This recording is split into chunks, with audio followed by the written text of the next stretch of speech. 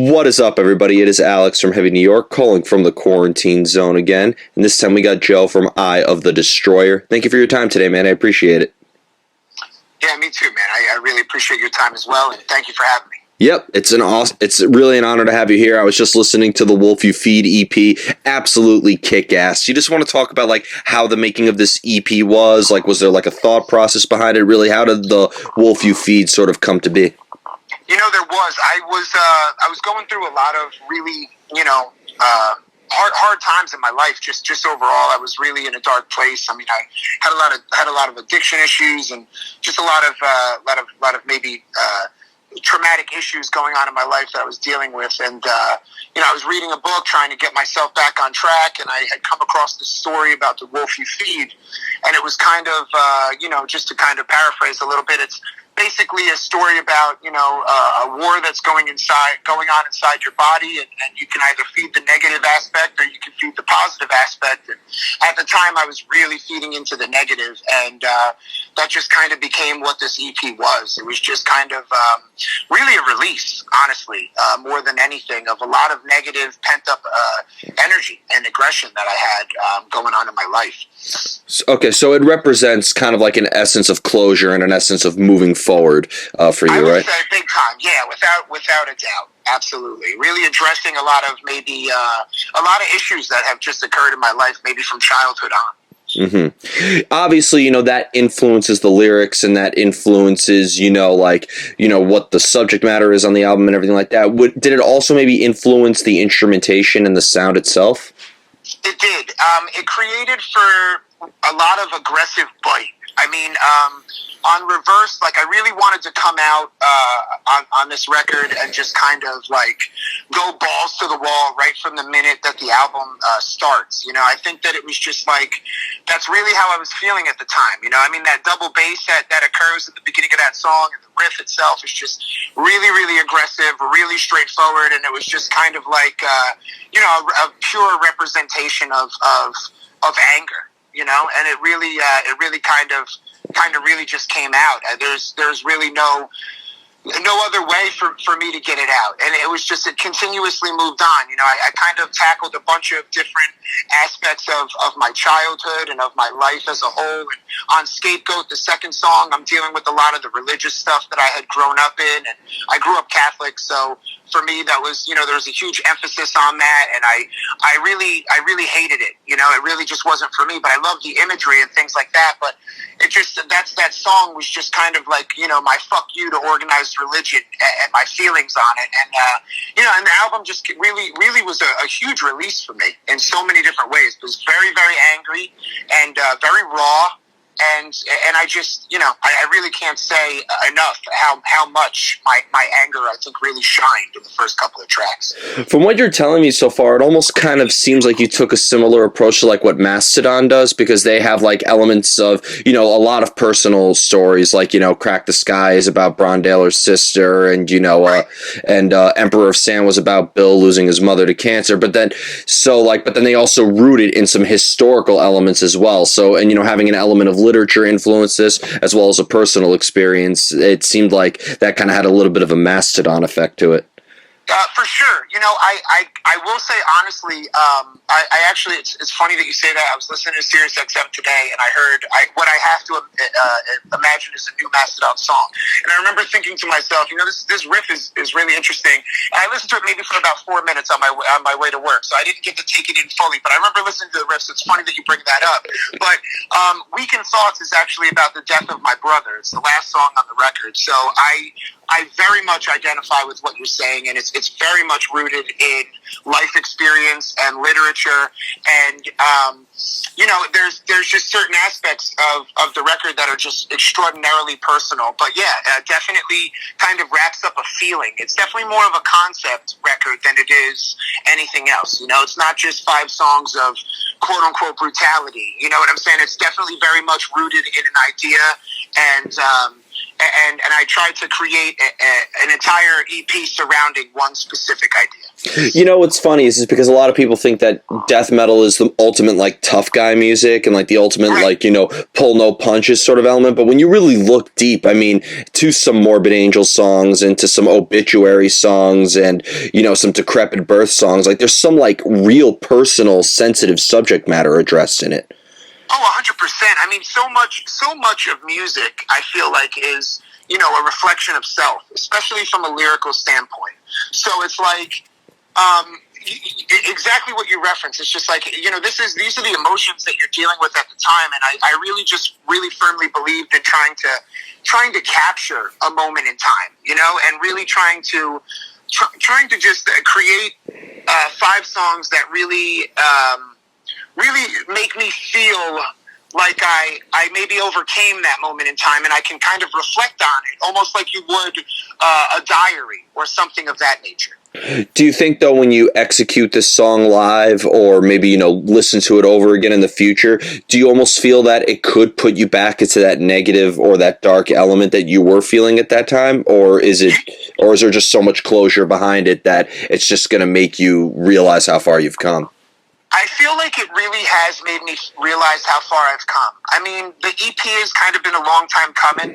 I wrote it a while back, and it's kind of been, you know, on a bit of a hiatus, obviously, with COVID-19 and all the nonsense that's just kind of, you know, taken our lives and flipped them upside down. You know, certain things get put on the back burner, and you just got to kind of focus elsewhere. But I think that it really is an ultimate closure moment for me. And I really...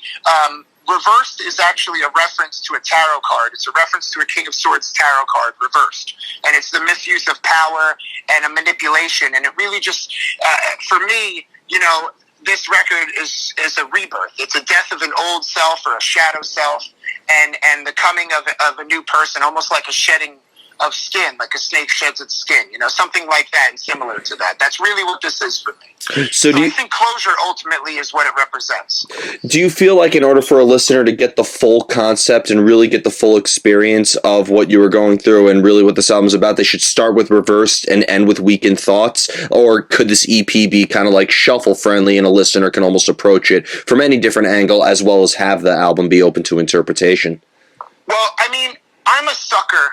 And I won't, maybe sucker's not the word, but I am big into vinyl. So I'm big into putting it on and letting it play.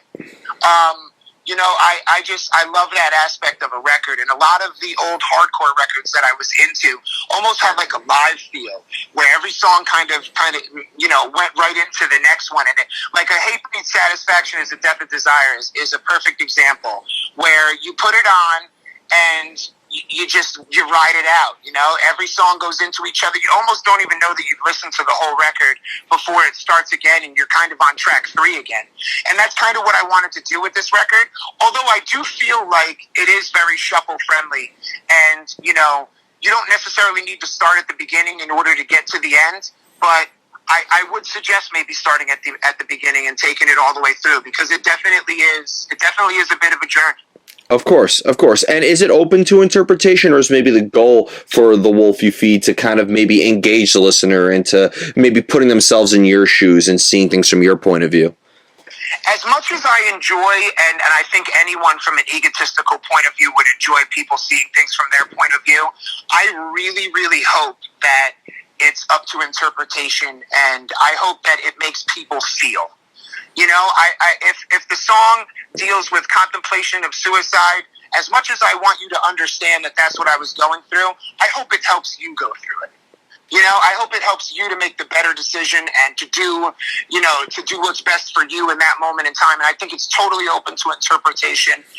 As much as I'd like for my opinion to be taken seriously, I think that the better move here is definitely to allow my music to be open to interpretation. Yeah, but at the same time, you know, I love you actually do a really good job at explaining each song, and that's really cool because, you know, sometimes an artist says like, oh, it's whatever you want it to be, and then that's it. But like, I feel like sometimes that can almost be like a cop-out of an artist just simply not wanting to explain their work. I'm totally guilty of doing that in the past.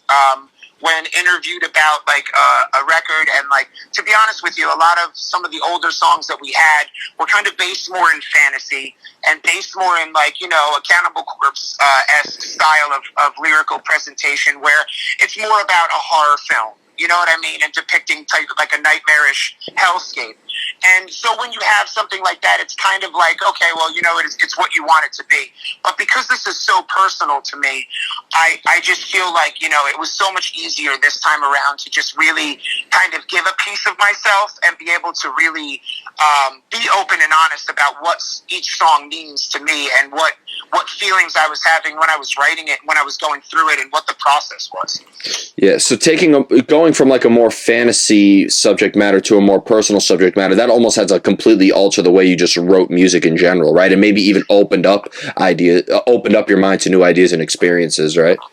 Yeah, I couldn't agree with you more. I mean, it really did. It was really a freeing experience, and it's kind of why this album came out the way that it did. So much of it is so personal. You know, it really is opening up pages of a diary and going through, you know, my personal human experience. I mean, that's really what this record is. And I just felt like, you know, something someone had said to me at some point, you know, you can only be yourself. There's millions of people out there. There's a ton of different ideas. There's a ton of different people trying to do what other people do. But to truly be unique, you really just have to be yourself. And that just like, it's so simple and it's so stupid, but keep it simple, stupid, right? You know, I mean, it's like, if you want to be unique, all you have to do is be yourself. And that just kind of rang true with this entire experience. Yeah, well, every painting is a self-portrait, more or less, so. Yeah, right. And you know, and that was what I really just set out to do. I wasn't trying to sound like anything. I wasn't trying, and I think that's why you're seeing so many different elements on the record. You know, you're seeing some deathcore, you're seeing New York hardcore influence, you're seeing a hip hop influence. Like, you're seeing a lot of different things. You know, someone said it sounded like propane. You know, I mean, these are all great things for people to reference for me, and I love it. And I don't care what you call me, you know, as long as you're enjoying it, you could call it whatever you want. But it just really represents, you know, like really not going for a specific thing or shooting for something, and just really just letting it rip and being raw, and not trying to hold myself to a specific genre or niche or anything like that. Yeah, and I've always said that there's like no such thing as fiction, because in the end, even if you write something that's completely fantasy, you know, about like a fire-breathing dragon and ghosts, and I'm like, in the end, it is coming from somebody's mind, and it's their hands that bring it into the physical world. So like, sure, maybe like it never happened historically, but like in the end, it is sort of coming. It's an artist creating an extension of themselves, so therefore, it isn't really that fictional. You know what I mean? Well, I love that, and that entire everything that you just said really makes up so much of what I've been reading and firmly believing in now for a while. You know, I feel like what maybe is in the physical reality or realm is to a certain extent, but you know, like if you can think it, it can happen. You know what I mean? So you really are bringing it to life, even if you think it. If you take it out of your mind and you commit it to paper, you've brought it to life, in my opinion, and it becomes reality in that moment. Maybe not physically, like you said, but it's still reality. Yeah, well, reality is what the majority of people deem it to be. Not necessarily the best or the most logical, but whatever has been fixed upon us in society as a whole. You know, some things are governed by common sense, while others are placed upon us more and more and more, to the point where they become implanted in our minds, to the point where anything that goes beyond that is not deemed realistic or even insane. Right. Well, a lot of things are deemed insane, and that's kind of the way that they've been able to cop out any type of magic or anything like that could occur, the power of manifestation, or any of these other things that are really, you know, these are true aspects of whatever you make your reality. You know, you can think anything into happening. You know, there's that interesting Tesla fact where he wrote everything down, like specific times in a day, in order to manifest them, and he would get to the ninth time of writing things out on a piece of paper by the end of the day, and he would make them into a reality. You know, I mean, that kind of stuff is so fascinating to me, just so interesting, and I love that, like, you know, those certain aspects of I guess what people would call witchcraft is really that's what I call it. I mean, there's certain aspects of that are just fantastic, and I love that you kind of brought that up. It's just awesome. Yeah, I mean, and that's the beauty of artists, and not only is it the beauty of art, but I also think it's the ultimate danger of art, because now to the point where the very matter and mankind is even now in question, and artists are always good at deracinating the roots of everything that could be familiar and making us view it from a different standpoint. Right, just pushing what perspective actually means. Yeah, I mean, constantly pushing what it means and constantly pushing the envelope on what's real and what's not, and redefining reality with each question that they have. Yep, I mean, when Hitler came into power, his first targets were artists, so just, because... Right, and what is that? If that doesn't tell you everything that you need to know about how dangerous art can be, then nothing does. Yeah, exactly. Especially the way he manipulated art for his rise to power. Yep, we're going so deep down the rabbit hole, and I freaking love this. Indeed, but I'm really enjoying it. So just so you know, if you're worried about where I'm at from my standpoint, I'm loving this. Well, art though is life in itself. I mean, sure, it's not made up of cellular organisms, so maybe from a scientific standpoint that could be deemed ludicrous, but art grows, it develops, it has an attachment to us, we have an attachment to it, and it can eventually die. Indeed it can. And I mean, if you just look back at history and you look back at all of the Renaissance periods that have occurred, then you know that what you just said is absolutely fact. Yeah. Well, in art, I went to art school. Like in Renaissance art, there was sort of like a structured intent. Like they always had to have orthogonal lines and horizon lines and vanishing points and a first person perspective and all of their there's absolute clearness versus relative clearness, and it's more closed versus open, and it's more planar versus recessive. So Renaissance art has I've always thought, when I see Renaissance art, I love Renaissance art, but I don't really get a sense of freedom from it because of how jagged it actually can be. Well, I guess that's true and fair. Yeah. But like, what's funny is like when you does like the inspiration for how you express yourself in your art, does that come out of nowhere sometimes, or do you almost need to be in a certain place or be in a certain like time in order for like the inspiration to come through?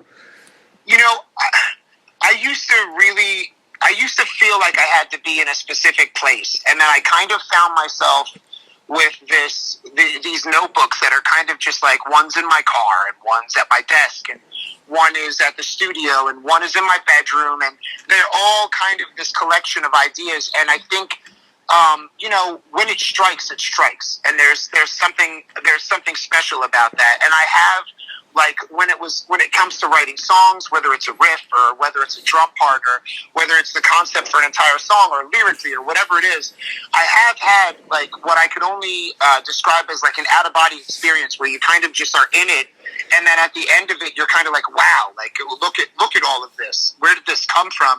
And it was just kind of this aha moment, so to speak, where you just where all of this kind of pours out of you. And sometimes it's attached to a traumatic response or something like that.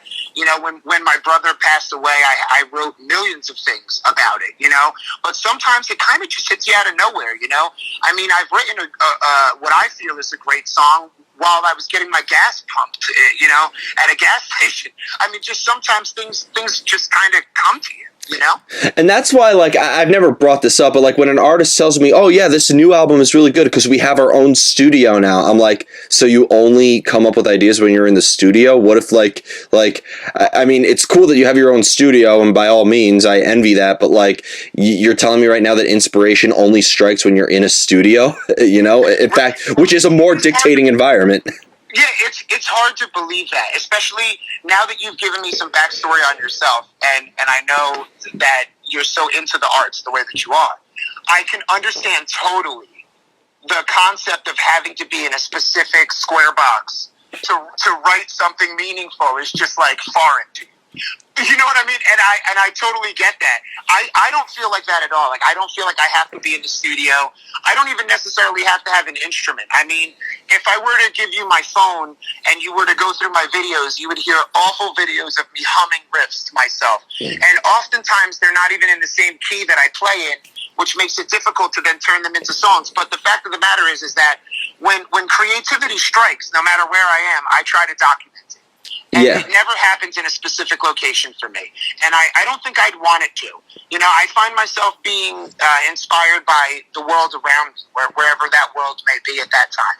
Yeah, definitely. And people like to say that art only, and I was so guilty of feeling this way before, like art only comes from within and it's only me, myself, and I. You are full of shit if you are telling me that the world is not influencing you one way or another. You don't have, and like people think, no, I don't get inspiration from watching the news, or I'm like, you live in the world. It's a complex place. Like, it's going to influence you whether you realize it or not. I mean, especially now, present time, 2020. Yeah. Like, every time you pick up your phone, you're being influenced, whether it's a news outlet sending you an update, a text message from a friend who's angry because he's in traffic. It doesn't matter what it is. You're being influenced by every aspect of everything around you constantly. And you can either choose to embrace it or you can have it drive you absolutely nuts. I have had it do both. I've had it drive me absolutely crazy, but now I really look at everything as an opportunity to be creative. Yeah. And since I've done that, it's allowed me to just be a much more happy artist, I guess, is the best word for it, because it's everything that's occurring all the time now is influencing me and creating a situation where I can kind of harness whatever it is that's coming and turn it into a song or turn it into an album title or a lyric or a concept. And that's just beautiful. I love that. And when you start looking at life that way, you start to enjoy it so much more. Yeah, and sometimes succumbing to madness is almost a necessary evil too. Oh, I would say that's 100% correct. Yeah, but you don't want to get too lost in it. You know what I mean? Like it's for sure. Like kind of like a more understandable standpoint. Like if a band puts out, like a band like Cannibal Corpse, for example, people could criticize them being like, "Oh, it's death metal every album. They're repetitive." But at the same time, if Cannibal Corpse put out a death metal album and then put out a smooth jazz album and then put out a rock album, they'd be like, "Oh, well, they're directionless." So like you're right. So and really all it is just understanding that no matter what you do, people are going to criticize everything that you do. And, honestly, when you're in death metal or you're a band like Hatebreed or a band like Cannibal Corpse or a band like Dying Fetus, the best thing that you can do is be consistent. Because the minute you're inconsistent, then you've lost your edge.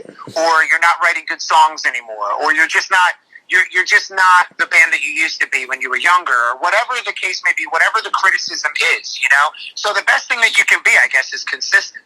Yeah, well, it depends. It depends. Like, for instance, All That Remains, they started off as a straight-up death metal band. Like, their first album sounded like The Haunted, but then now they're writing, but then they got huge by writing a ballad, which is also very great, very well written and a beautiful song. So sometimes changing your style, or, you grow as an individual, so you don't want to do the same thing anymore. In the end, change is also very good as well. It works both ways. I totally agree, and that's definitely what's happened with Eye of the Destroyer. We started out as a very meat and potatoes death metal band, and it was very, very based in one specific style and one specific thing, and it's become a much more personal project for me as the years have gone on. And I totally agree that as you grow as a person and as you grow as an individual and as a band and as a writer, that all of these things just kind of change. Like I would have never even considered putting, a clean vocal part on anything that we had done in, say, 2013. But on this record, it was. I had to have one. I wasn't going to be okay with not having a clean singing part over the bridge of a song like "Weight of the World" that was so personal to me. Yeah. So I totally understand that for sure. Yep. And the final question I wanted to ask you is being that this is an EP, it's not a full-length album, and even though this is a very personal album, and I certainly hope that you don't have to go through any of that pain again in order to create in the future, but like, do you think that maybe this serves as like a clear representation on the direction Eye of the Destroyer is going into from now on?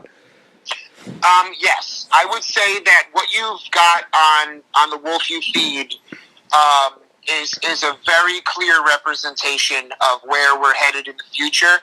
and what you can expect from us on either the next EP or the next full length. We are kind of tossing around the idea of maybe doing a single per month for a year as this COVID thing kind of calms down. So we'll see. You're going to see some things from us for sure.